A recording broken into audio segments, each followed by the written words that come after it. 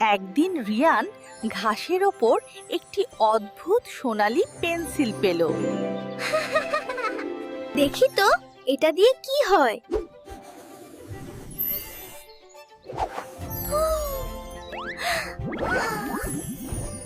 ও মা, এটা তো জাদুর পেন্সিল।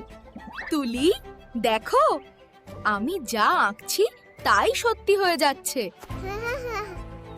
রিয়ান একটা বড় কেক আঁকলো। ওয়াও! আমাকেও একটা দাও। এবার একটা সিংহ আঁকি। না রিয়ান, থামো। বাঁচাও। পালাও। তাড়াতাড়ি মুছে ফেলি।